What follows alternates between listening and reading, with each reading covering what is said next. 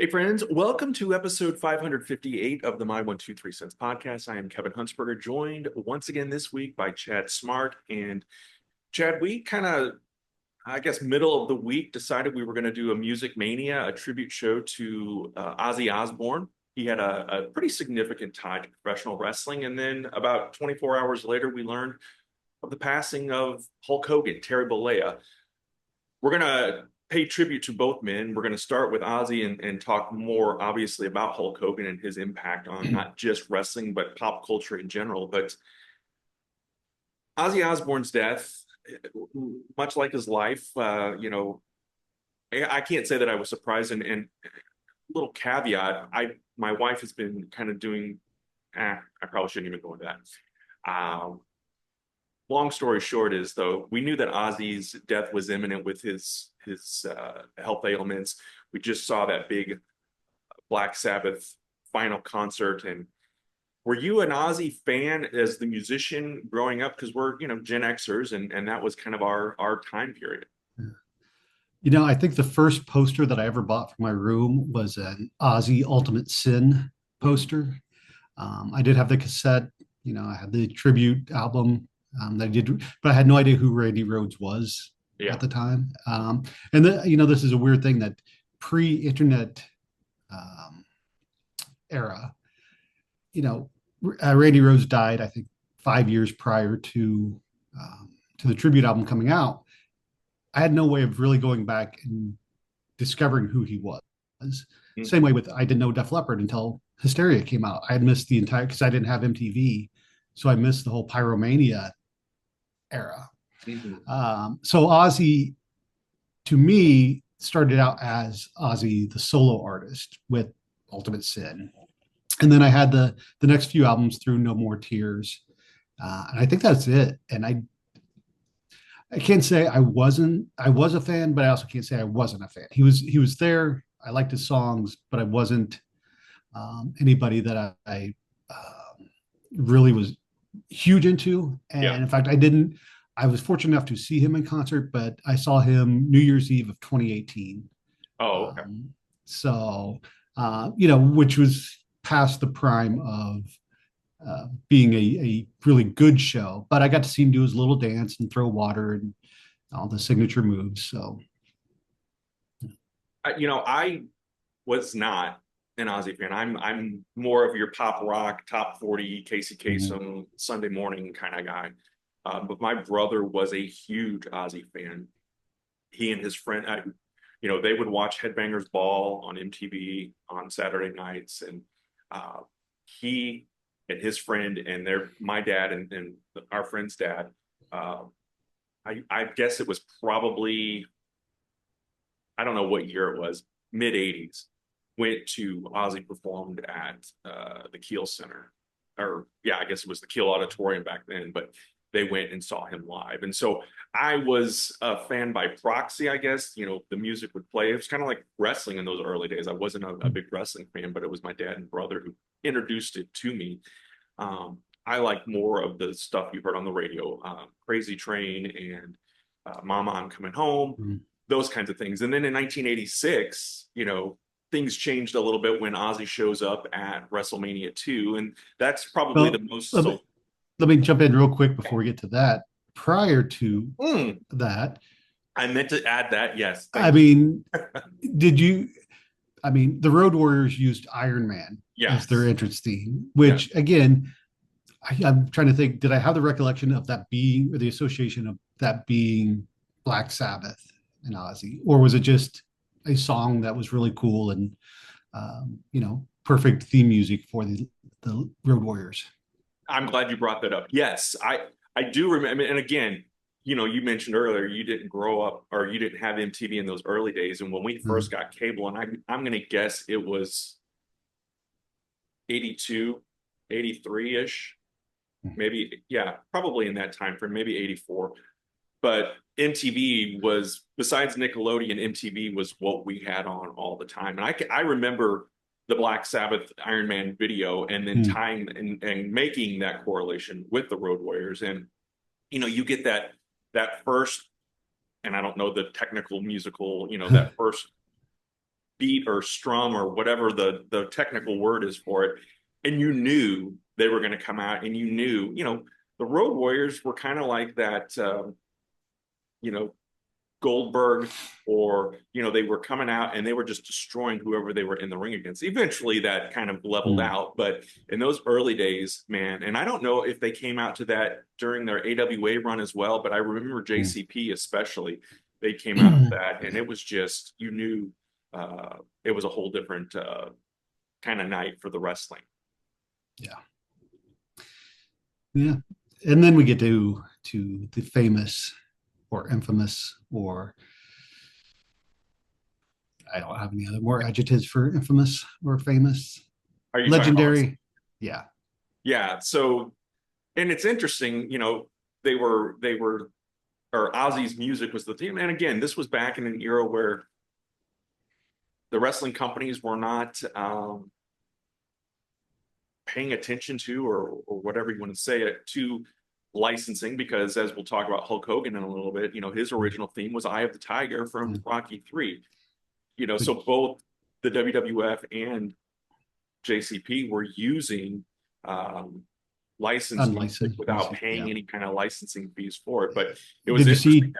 Tony sorry. I was gonna say, did you see Tony Schiavone's recent comments about that? Someone asked you, I think it was on one of the Conrad shows, about using music, and he said, yeah, that we just did it. And it wasn't until the Turner, I think attorneys came in and be like, why are you using this music that we're not paying for? And it's like, we can't do that. Like, no.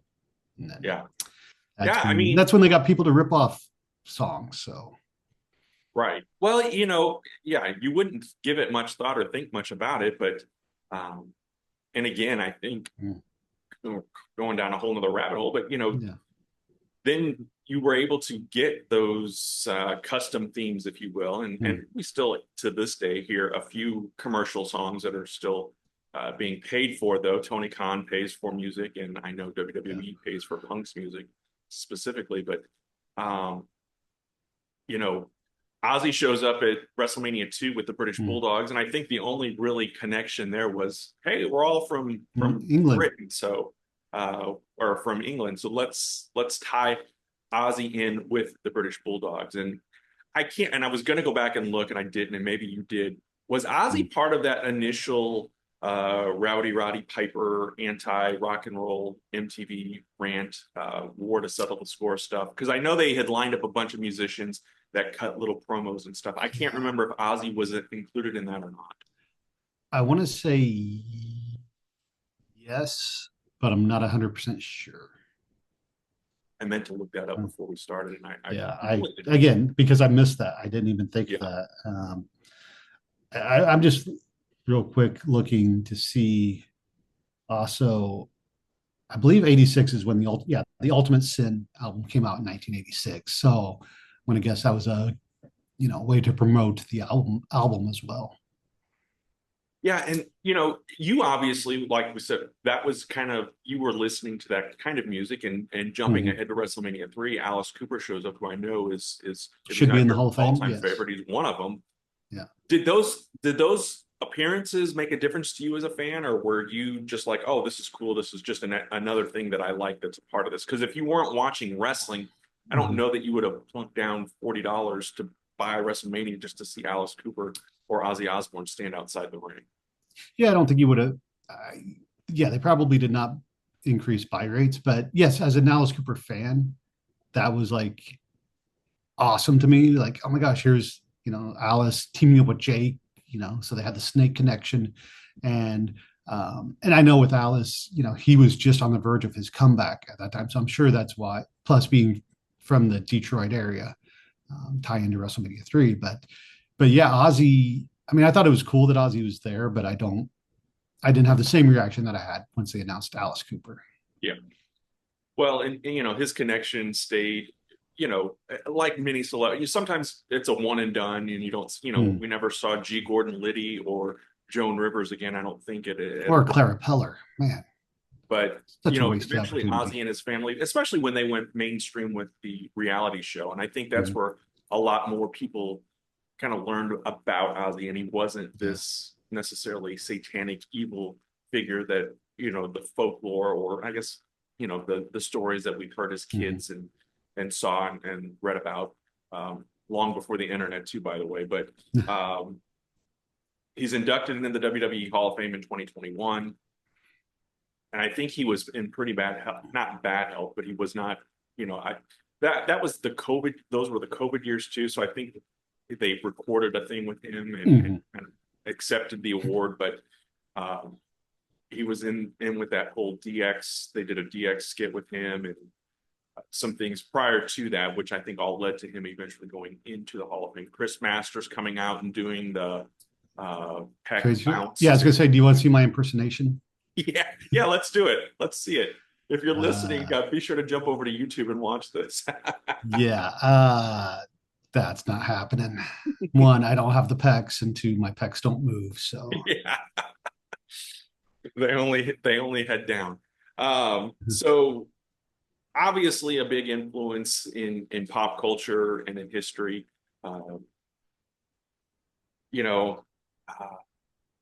It's just, and I don't mean to sound like cliche and say our childhood is dying, but this past week, we're recording on Sunday, and in the course of that week, at least 4 figures from our childhood, Malcolm Jamal Warner, who was Theodore Huxtable on the Cosby Show, Ozzy, Hulk Hogan, Chuck Mangione. I know some people are like, who's that? But if you ever watched King of the Hill, you know who Chuck Mangione is. Yeah, I was gonna say, that's how I know Chuck Mangione, because we just watched that episode like 2 weeks ago. Yeah, and I mean, I'm not going to lie and pretend like I knew who he was before that either. I knew the song, but I never associated it, and that song had popped up at a couple of fundraiser events that I've been to in the past several years as well. So I kind of always, every time I hear that, I think of him and that King of the Hill episode. But I read a quote the other day that says, "The longer you live, the more goodbyes you have to say," and I don't know, man. I don't want to be melancholy or sad or whatever, but it just this past week has sucked, and I've had a couple of personal losses myself this past week as well. So it's just not been a good week by any means. But we're gonna remember the good times, and I know with Hulk Hogan, Terry Bollea, I made a quick reaction video minutes after finding out that he had died, and I got a little blowback on it, but not a lot, not like I expected. I expected more people to be critical of it. How'd you hear the news of Hulk's passing? I got a Snapchat from some random dumbass. Well, it's funny, but it's not funny. But yeah, I do remember, like, there are moments that I remember. Dusty. Hold on, my computer just freaked out on me. Dusty, Roddy Piper, Chris Benoit, Eddie Guerrero, the Big Boss Man, and most of those were you conveying that message to me, because some of these were pre-internet or pre-social media. I remember you texted me on both Piper and on Dusty. I had been at the doctor for Dusty's and had not had my phone, and then I went and checked it. Ultimate Warrior, I remember his passing, and now with Hulk, I was in a meeting at work and went back to my office, and I had a Facebook message that had popped up, and they said, the message just said, "I guess Bubba the Love Sponge wasn't wrong." And I was like, wait, what? And I immediately searched, and then of course TMZ was reporting it, and then other outlets had started reporting it, and I had snapped it to you. But I'm not exaggerating when I say my phone blew up, because people know you're a wrestling fan, and so I'm getting tagged and stuff. I'm getting text messages of friends were calling to tell me and whatnot. So it's because these were non-wrestling fans that were texting and calling and whatnot too. So it's goes for the range of his appeal and popularity, especially in the 80s and 90s. Everyone knew who Hulk Hogan and Andre the Giant were, whether they were a wrestling fan or not. Yeah, and I think, real quick before we dive into Hogan deeply, I think we need to make a caveat here, and I'll speak for me. You can jump in and see if you agree.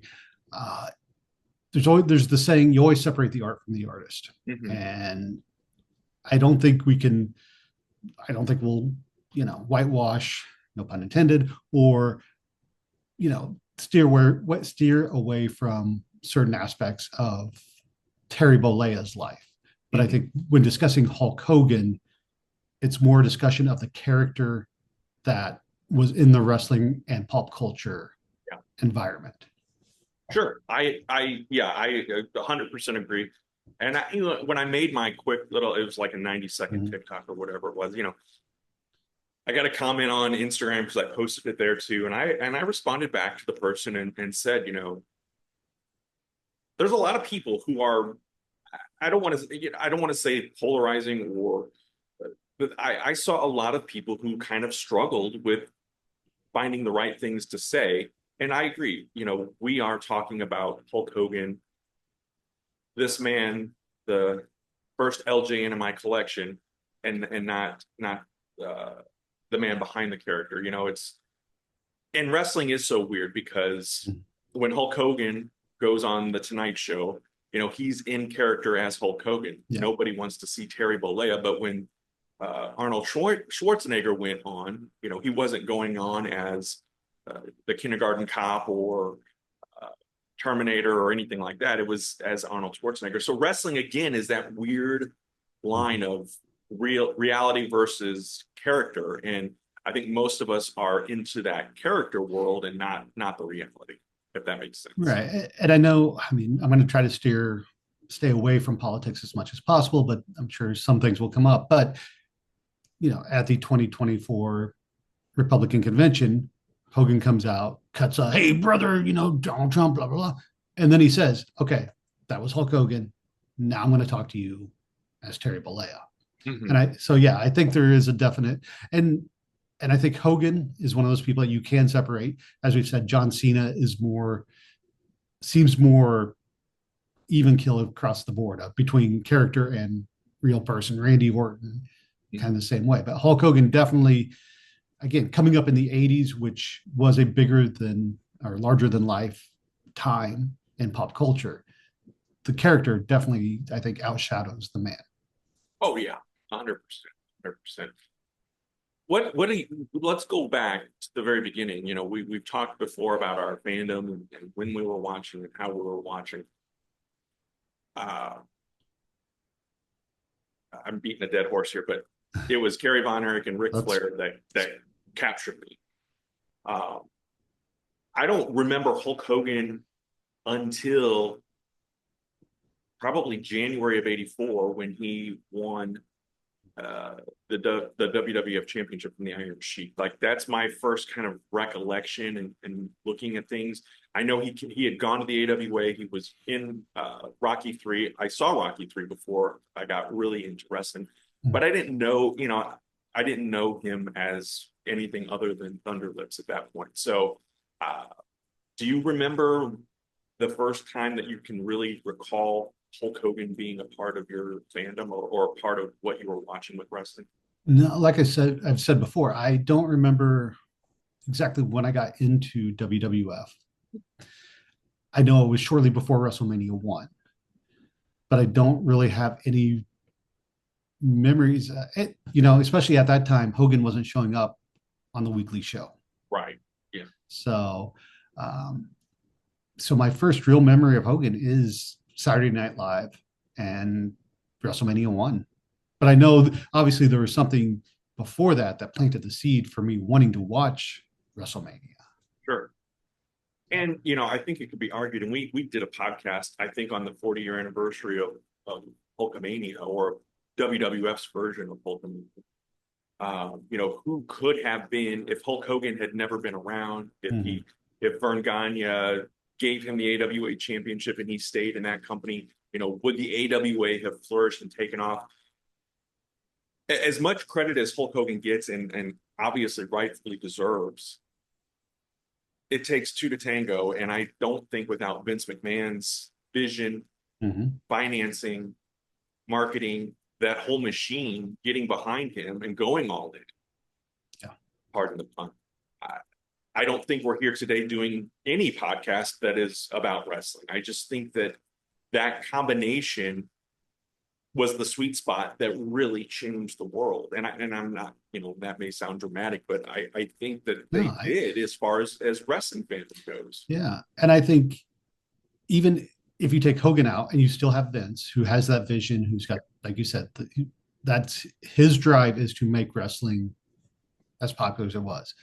Take Hogan out, even with the cast of characters that were in WWF at that time.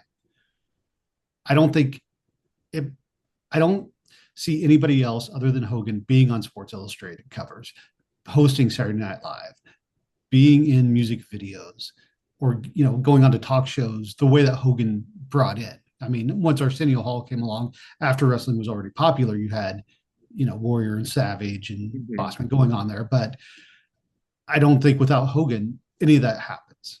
And I think that's where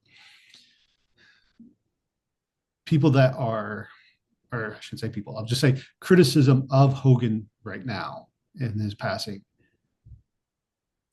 Think whatever you want, but without Hulk Hogan, WrestleMania 41 is not in Vegas.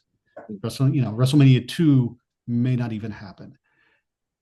There's no live weekly wrestling event because you had Hogan taking it in that first step with Vince.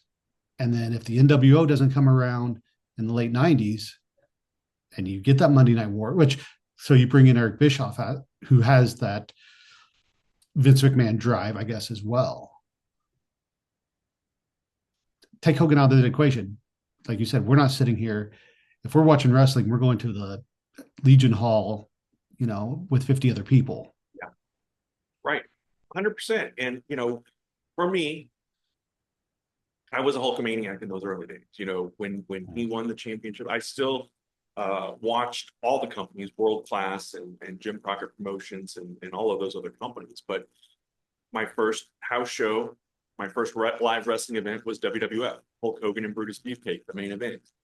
December 27th, 1984. Yeah, I remember weird shit like that.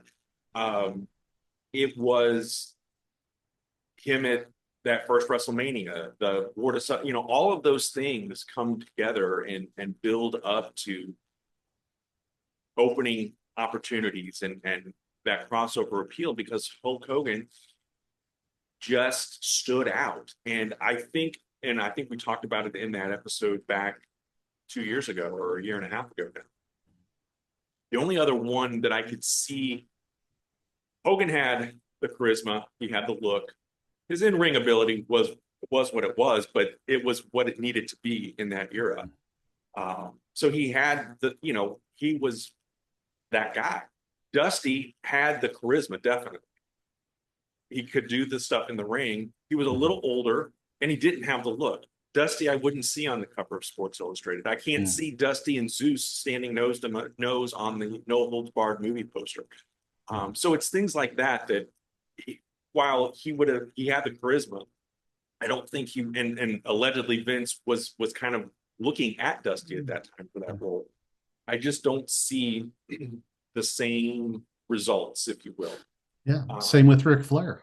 Yeah, definitely. Obviously, charisma, more talented, but just didn't have that it factor to translate to the populace. Do you think, and you said it factor, and it made me think of Dwayne Johnson, The Rock, of course. Would wrestling have survived till 96 and him to come around to kind of make it larger than life? I don't know. I don't know that. I don't think so.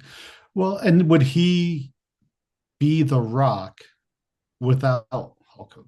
Right. Yeah, that's a good point. Because, and I guess you go back prior to Hogan, superstar Billy Graham.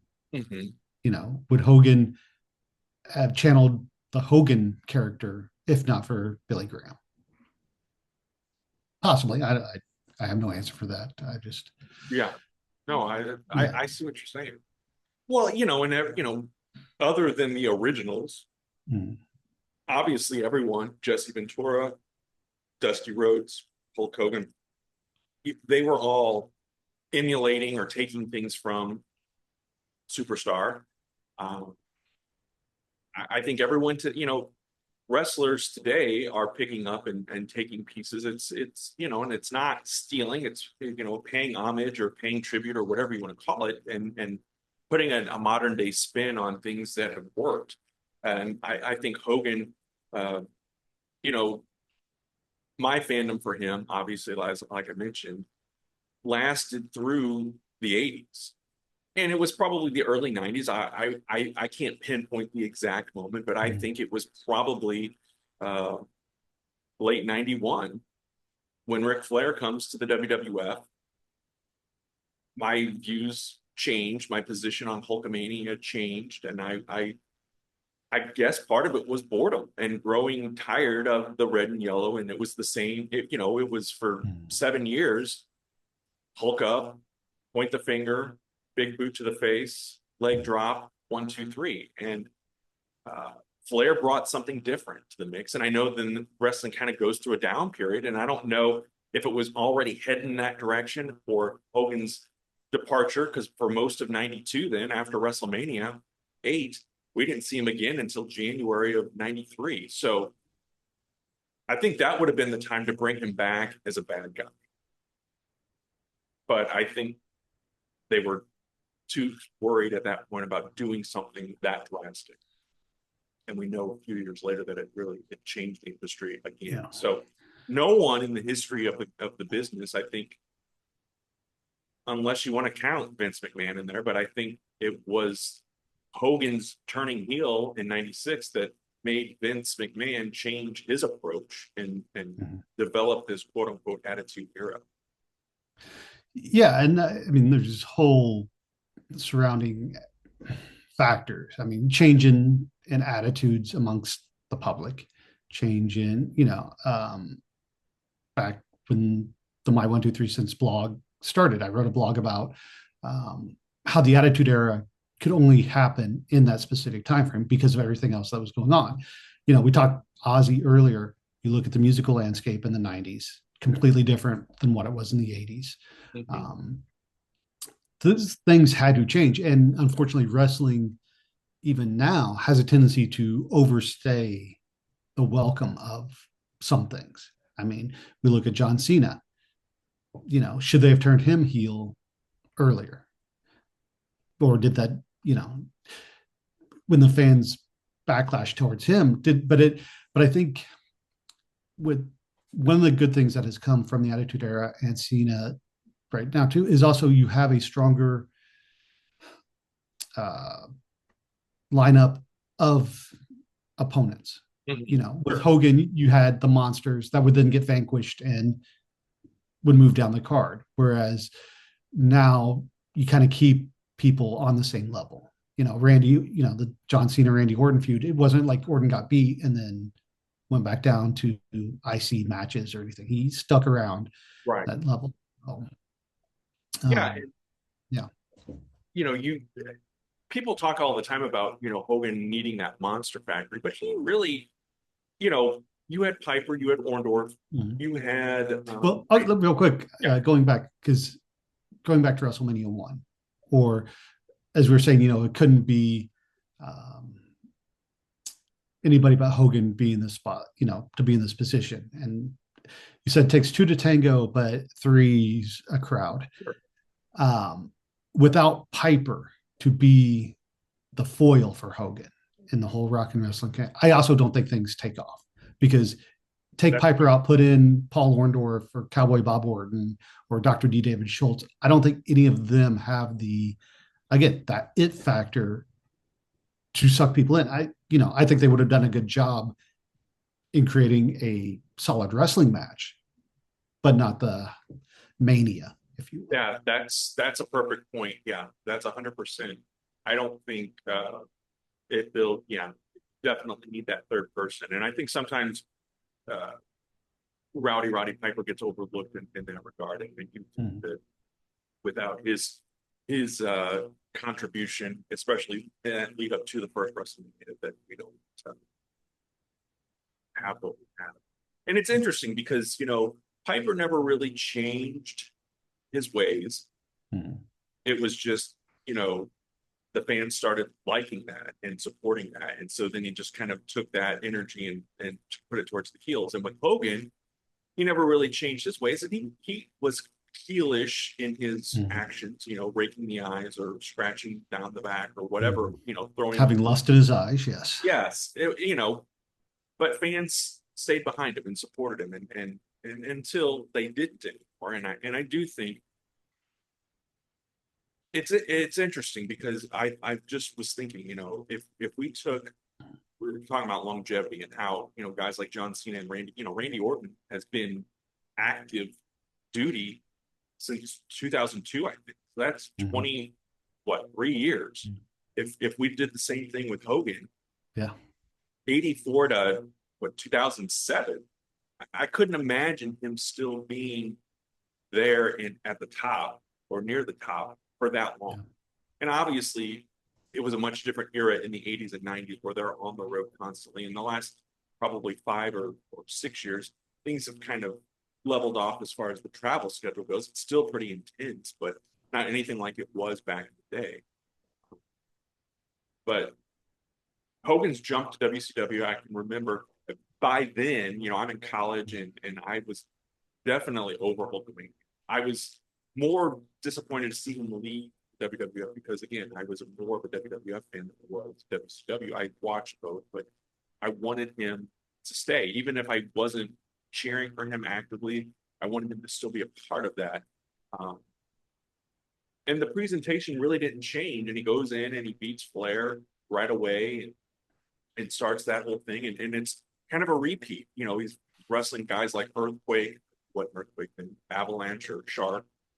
Kamala comes in, and the Nasty Boys and the Honky Tonk Man, and it became kind of like that WWE light. But eventually, the tide turns, and someone, and whether it's Eric Bischoff or Scott Hall or whoever, convinces him, Hogan, that is, to abandon the red and yellow and turn heel, and it re-energized a base. And I think a lot of those early to mid 80s fans came back because my friends who I watched when we were kids, they waned away and stopped watching. They were back in Mhm. 96, 97, 98 during the height of that war. Yeah. And I think, you know, it, it's an interesting, it's really not interesting, but um, you had fans that were kids during the first Hogan era in WWE. Now they're in college or, just out of college when the NWO takes over. Yeah. And so, you look back in that 80s era when the Horsemen started getting popular, and it was your 20 something bros, for lack of a better term, that were showing up wearing the suits, holding up the four fingers. But now with the NWO, I think it's the same attitude of broness of like, this is super cool. We want to be part of it. That drags people back into wrestling. And then I think also, opposite the NWO, you had Austin and The Rock, obviously in WWF. Take take one of those two companies out of the equation. Does wrestling get by? And I know we're this supposed to be about Hogan, but I'm turning it into more of how does wrestling stay popular? Right. Without the NWO, do the Rock and Austin become the characters that they are? Because again, Vince had to change, and you know, the ringmaster wasn't lighting things on fire. I think you and I were at the were you at the St. Louis show, Shawn Michaels versus Goldust main event? Because you remember, third match on that card was Stone Cold Steve Austin versus Duke the Dumpster Drosy a week before King of the Ring '96. Yeah. Crowd couldn't care, or they could care less. They couldn't care less. I think this is the proper phrasing. They couldn't care less that Steve Austin was in that match. But 2 weeks later, Austin 316 is everywhere. Right. And I know, without Triple H in the curtain call, that doesn't happen Right. either. Yeah. But if they don't, and it still took over a year for Stone Cold to become the focus. Yeah. The Rock, Rocky Maivia wasn't electrifying crowds. So do you think, yeah, do you think they would have got the chance to even become what they were, if not kind of Vince being kind of in a hole to make new stars? Right. And that begs, obviously WCW for my original San Francisco toy maker, Hulk Hogan out, and I'll put this part of it. I received this as a birthday gift from my coworkers. This would have been in 1998 when I was working in Alabama. So Hogan's full-fledged heel by now, but these were still on the shelves, which I think is a testament to the, my coworkers knew I liked wrestling, and so they went and found a wrestling figure, and it was, Hulk Hogan was the most recognizable. So anyway, that's a side tangent, but I I I found it interesting that WWF, and maybe Hogan was part of that, didn't want to turn him heel, make him the bad guy. There were rumors that at one point he was supposed to be a heel and wrestle Dustin Rhodes at WrestleMania 9, wrestle Scott Steiner. I don't know if any of those are true. Those are stories that we've heard in recent years, but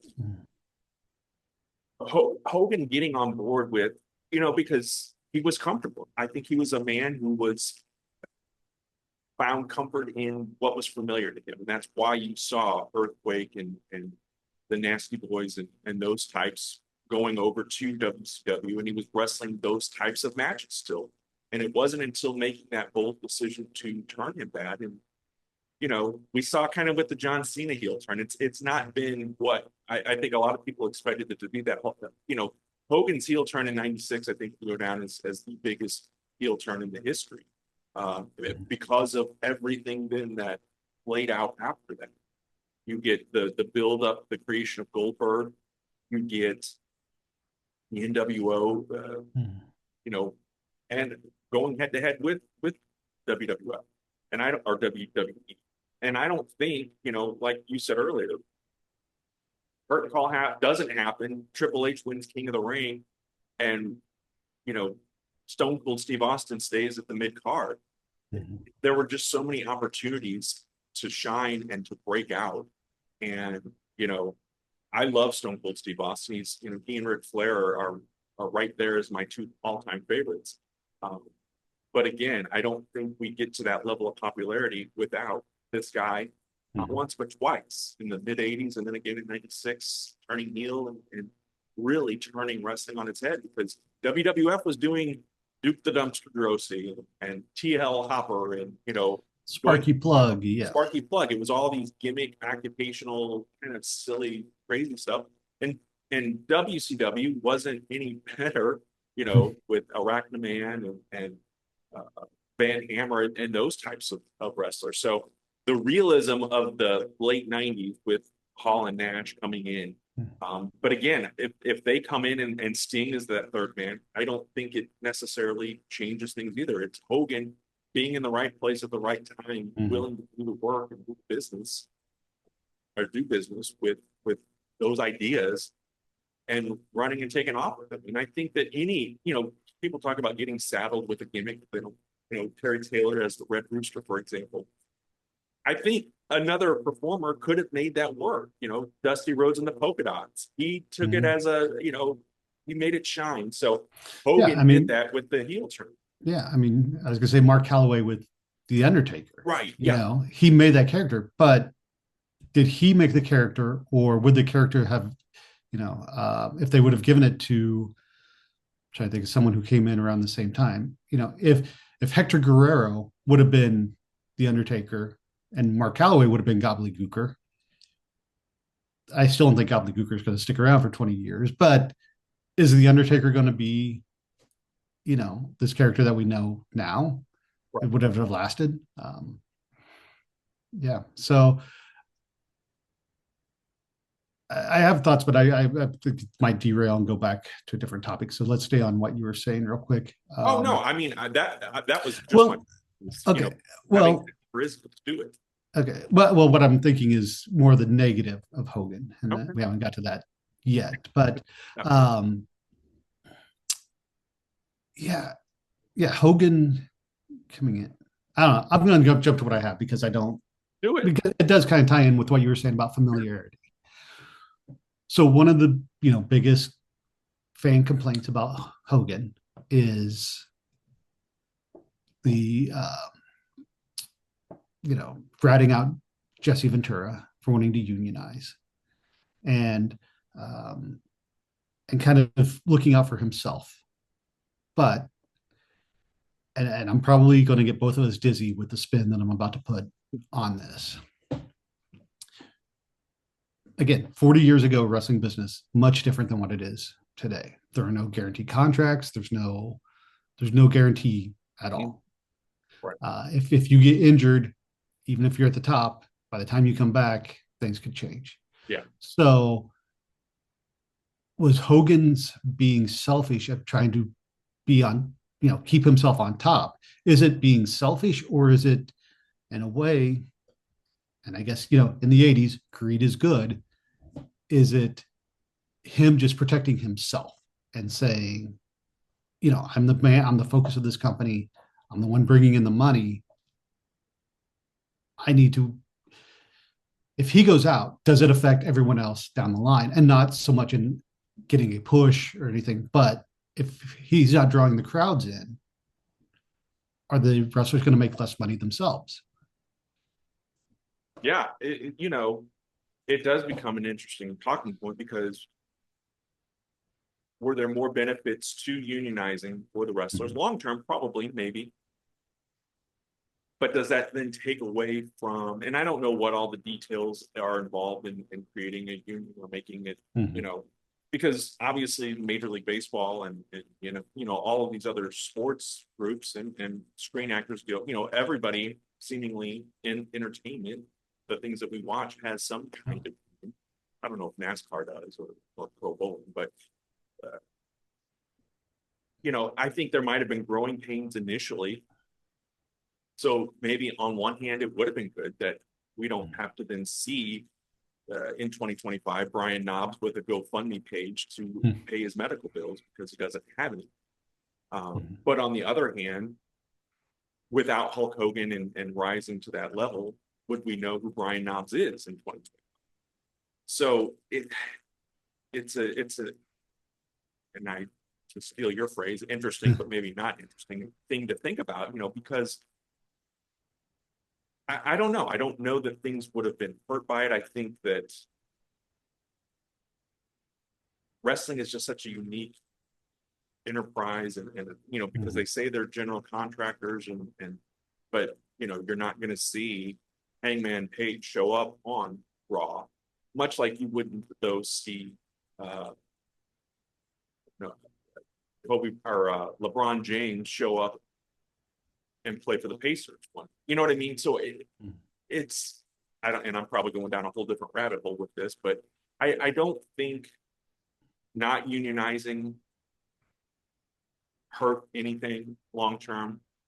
I think that, but I don't know if it would have had an impact. I think it would have put JCP out of business much sooner than it did if they would have had Well, yeah, and I think that's the bigger issue is what would it have done to smaller companies, it. Mm-hmm. because would they have been able to operate outside of union rules, kind of like, when the Screen Actors Guild and the Writers Guild went on strike a couple of years ago, there were some productions that got clearances to keep filming, keep producing shows during the strike, but those were for short-term projects. Could a company like Stride, like Chikara, St. Louis Anarchy, could they be running shows under without unionized? I don't know what the phrase I'm trying to say here.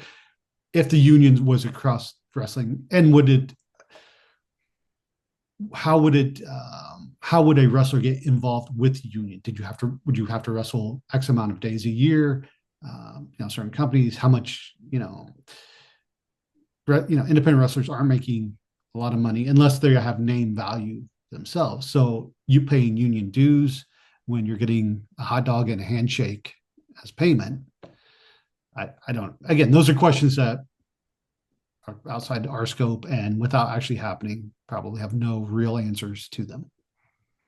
You're right. Yeah. And, you kind of started down the track of Hogan. And again, part of it is, yeah, it may have been greed, but then I also think back and wonder, like we said, would, if this was an 85 or 86, does that stunt the growth of the business in WrestleMania specifically and Hulkamania and the thing? But then you also look at the creative control side of things and alleged, him stroking his Fu Manchu and saying that doesn't work for me, brother. Whether that was really done as often as some claim, but in just even the last couple of weeks, we saw it and with Becky Lynch, people calling her Becky Hogan, and then she kind of trolls folks and shows up. I don't remember if it was Raw or if it was the last PLE, wearing red and yellow. So I mean, good or bad, yeah, we credit Hogan with a lot in the business, but then also sometimes that darker side of the business, that creative control factor still kind of creeps its ugly head up. Yeah. And again, is that a byproduct of being, to steal Becky Lynch's phrase, being the man and being like, hey, if I'm not on top, this whole thing may crumble, or is it just ego? And I think by the late 90s, it was more ego than anything, because I think by that point, wrestling had grown to be bigger than an individual wrestler. Like right now, WWE can survive without John Cena or Randy Orton or Roman Reigns. That company's still going to be there, and they're going to find someone to focus on, and the fans are going to come because the three letters on the marquee. Well, kind of going back in time too, I remember, and I think even Pro Wrestling Illustrated got the issue here somewhere, did a cover article. I remember WrestleMania 8 was kind of where it started feeling different, but WrestleMania 9 was definitely had a different vibe, because that's really, and I know he comes out at the last minute, but it's not advertised. So WrestleMania 9 is the first WrestleMania where Hulk Hogan is not a part of the main event. I know he didn't wrestle in the main event of WrestleMania 4, but he was part of that main event. Hulkamania was still very much running wild. So WrestleMania 9 for me is when WrestleMania kind of started feeling different. And I'm trying to, think of what I mean by that. I was in college. I was still watching. In fact, my parents reported they bought WrestleMania on pay-per-view and recorded it on VHS and then brought it to, sent it to me. So I still watched that show, not live, but again, there were no spoilers on the internet. So I was genuinely surprised as I watched it, but it just was a different vibe. And then moving forward, WrestleMania and Hulkamania were so synonymous for those first 8 years, and now it's just different. And now, like you said, there's not. I don't tie any. Like you could do a WrestleMania card without John Cena or without Randy Orton, and I feel like it's still WrestleMania. WrestleMania is a brand, whereas in those early days, and I think again that's where Hogan's influence comes in. Without that, WrestleMania isn't what it is today. There isn't a WrestleMania 40 or WrestleMania 42. And I don't know if have you watched the documentary about WrestleMania 9 on Yes. Peacock? Not a sponsor. Okay. I believe in that show, because Hogan's, the tag match with Beefcake against Money Inc. isn't promoted until a couple weeks before the show. And if I remember correctly, like Hogan wasn't supposed to be a part of the show. It was kind of like the Vegas people coming to Vince and being like, we need Hogan on this show to sell tickets. And so again, if you're the one that's selling tickets, I think what was it? Elimination Chamber in Toronto this year, where they announced, what's that? I was agreeing with you. Yeah, I think they announced Roman Reigns or John Cena or somebody like shortly before the show happened. Well, The Rock, yeah, you're right. Yeah, that played out well.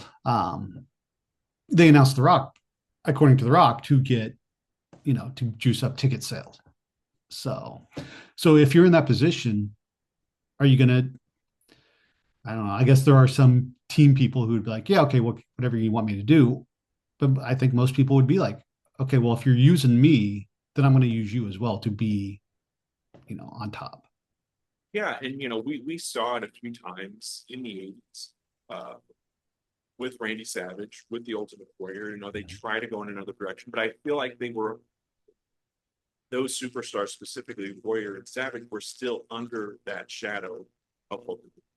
Yeah. SummerSlam 90 is billed as a double main event with Hogan and Earthquake and Warrior and Rude in the steel cage. That match goes on last, but I think that's more because it was a steel cage and they didn't have the technology back then to raise and lower the cages.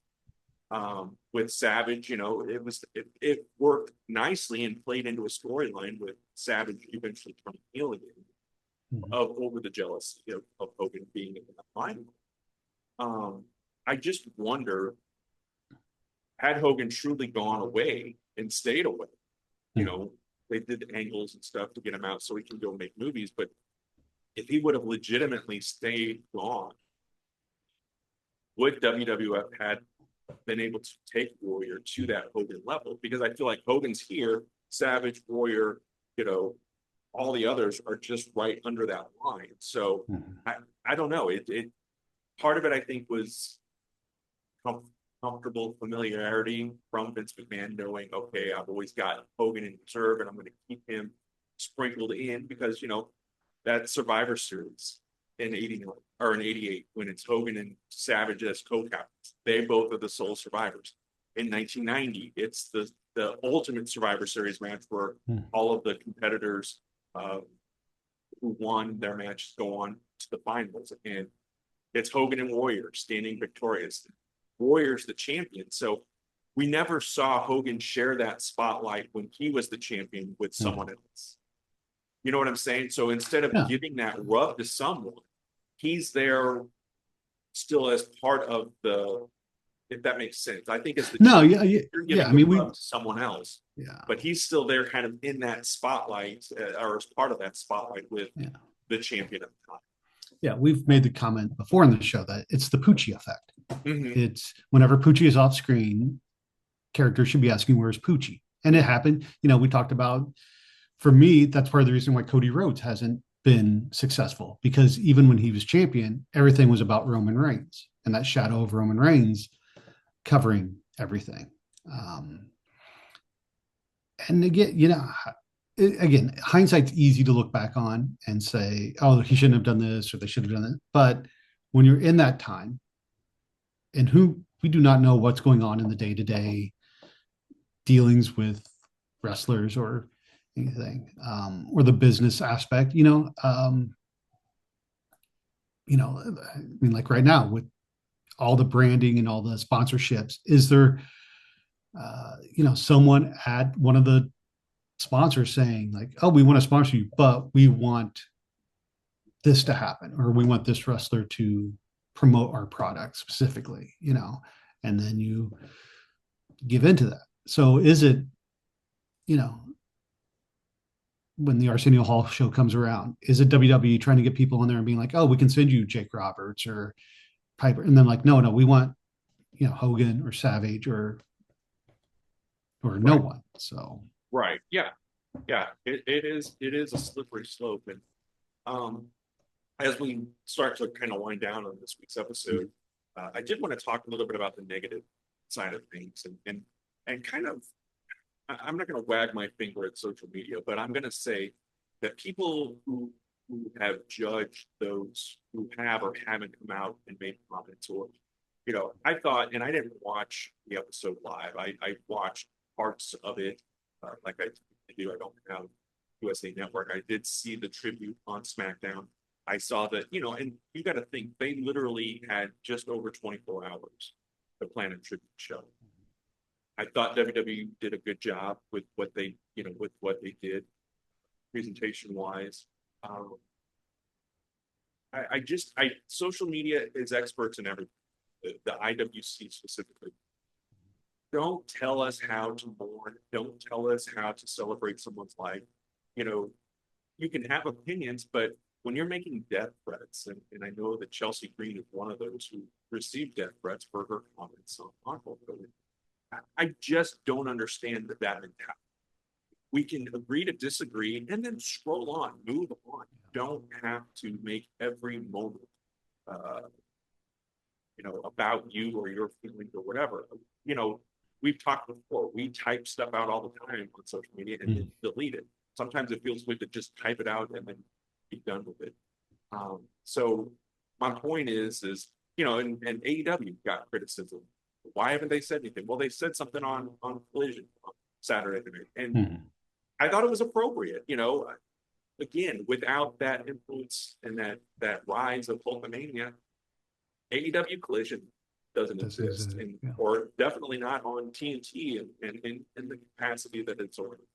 So I just think that people need to chill and not judge others with how they grieve someone, or not everybody wants to go public and share their thoughts and feelings, and that's okay too. Yeah. My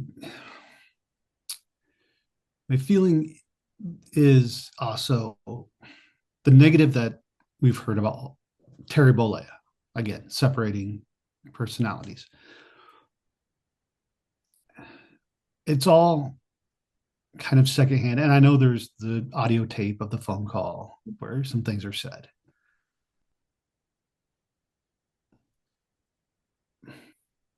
I'm trying to phrase this in a way because I'm not condoning nor am I condemning. And I know that maybe I should take a stand. But I think there are things that were done, said, that we don't know. Again, as outsiders, we don't know entire context. We don't know situations.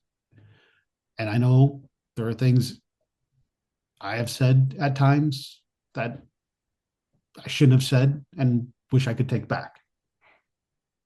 Does that make me a bad person? I mean, I guess that's for people to judge once that information comes out. But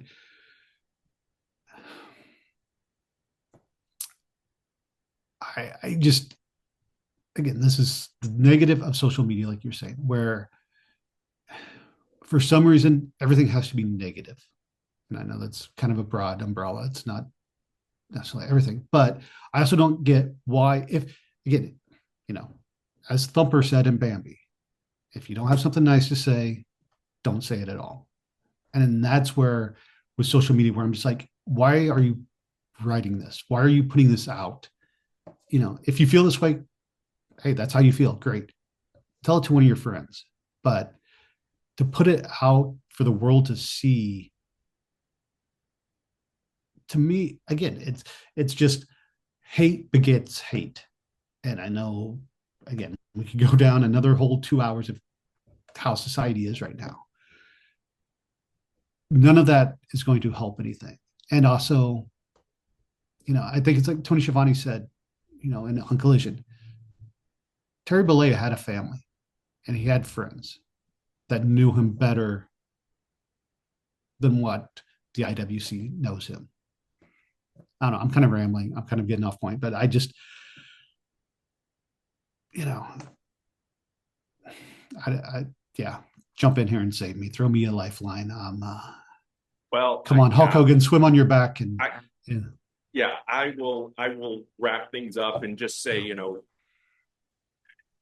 be kind and you can have opinions and share those opinions, and I understand it, and I know, like you said, we could go another 2 hours talking about the political landscape or the way of the world today, how social media has made it more acceptable or commonplace to have those negative opinions and be able to kind of say what you want behind your keyboard and get away with it. But we're going to continue to practice what we preach and be kind and let people know that it's wrestling. It's wrestling. It's entertainment for us. It's fun. And when it stops being fun, we'll stop watching it. We'll stop participating in it and doing the podcast. But on a positive note, gotten a few more donations for the My 123 Cents action figure drive for this upcoming, or wrestling figure drive for this upcoming Christmas. So it is still Christmas in July for another few days. So if you want to make a contribution, you can be entered in for a drawing. And some fabulous prizes right here. And I may have a Hulk Rules DVD I may throw into that mix as well. But friends, thank you for listening and or watching. Be sure to leave us your thoughts, your opinions, and leave a review of the show or this specific episode. And we will see you next.